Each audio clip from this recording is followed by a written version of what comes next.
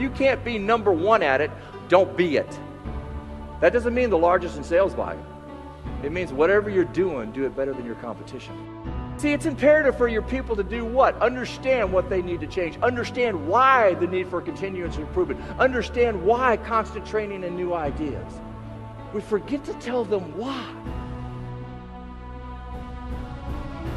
What you have to appreciate, folks, is your people are watching you all the time. You're the person that sets the tone. Are you the great communicator? Are you fast, efficient, flexible, compassionate, disciplined? More importantly, humble, curious, open-minded, attentive, focused, effective, determined.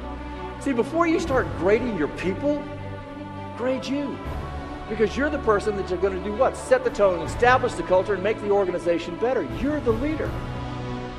See, it never ceases to amaze me when I do strategic planning sessions for major corporations. I don't do generic ones. I call them up and I say, you know, let me see your FUBAR list. Or what? Your fouled up beyond all repair list. It's amazing how many companies don't have one.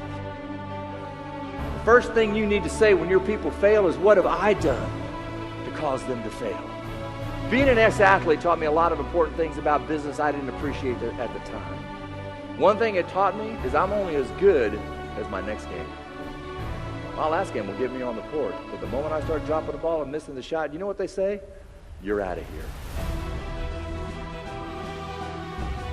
You want to find out how good your company is? Call it. Call your company and find out how long it takes to get somebody on the phone who's got a smile on their face, who's got an answer. Call it. No, let's put them on voicemail. Let's not call it. Let's not answer. And then all of a sudden, if you don't answer, what if I need you on a Saturday at 8 o'clock when my stuff goes down? You said you were available 24/7, but I can't reach anybody. Find out how good you are? Call it. And then she said the words. She said, well, then what should we do? And he started explaining. When we walked in there, folks, we didn't have a customer. When we walked out, not only did we have a customer, we had a customer that explained what? That explained what we needed to do to get better. Sometimes, folks, when we make a mistake, the best thing that you could ever do is say what? I blew it. I blew it. But guess what? Let me tell you how fast we're going to fix it. And all of a sudden the client says, gosh, Yellow blew it. But boy, did they fix it fast. Your customer understands mistakes. And guess what, folks? They make them, so do we. But it's how we fix them that counts. We now have an opportunity to do what? Take it to the next level. And that's what I'm trying to identify to you. Take it to the next level.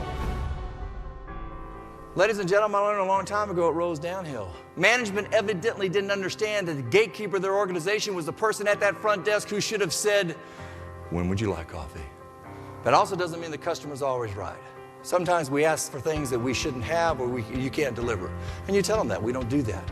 But the point that I'm trying to make is that one right there. See, a moment of truth is any time you come in contact with any aspect of your company. Anytime they come in contact with any aspect of your company and they use that to judge the quality of service that you're providing. Who is your company? The person that I'm dealing with at that exact moment. He'd stand up, they'd shoot him. He'd stand up. One time, he did not say a word and someone shot him. Someone had the idea and they just pounded it. He said, what was that all about? They said, you were thinking it. And then all of a sudden, at the end of the meeting, he stood up. I'm like going, whoa. He said, I stand here before you as the perfect example of what's been wrong with our company. Really? He said, I thought it was my job to shoot down ideas to protect us. He said, today I found out my job is to listen to ideas to find out what might be right with them, even if it's only a portion. I'm doing a program about 3 months ago for Honeywell. I put this up on the screen. The place goes nuts. I'm like going, what in the world? I mean, that's funny, but I didn't know it was that funny. It goes nuts. I had no idea what was going on. After the program, I'm doing a book signing. There's like 90 people on my tail. I'm like going, what? They said, it's here.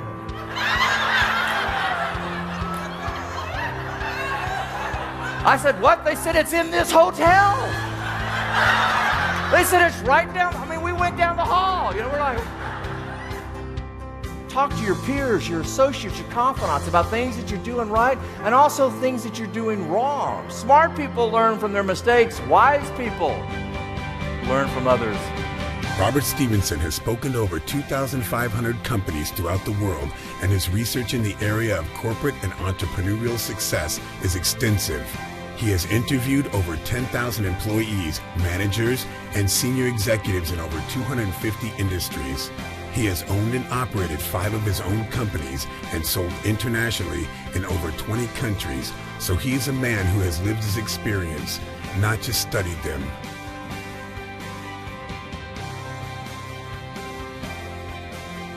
Over 2 million people have benefited from his powerful, practical, compelling, and thought-provoking programs.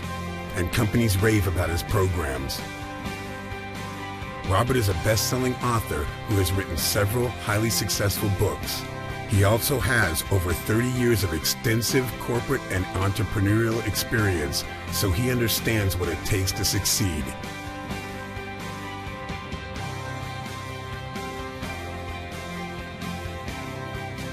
The top companies in the world continue to rely on Robert's perspective on business's most critical issues.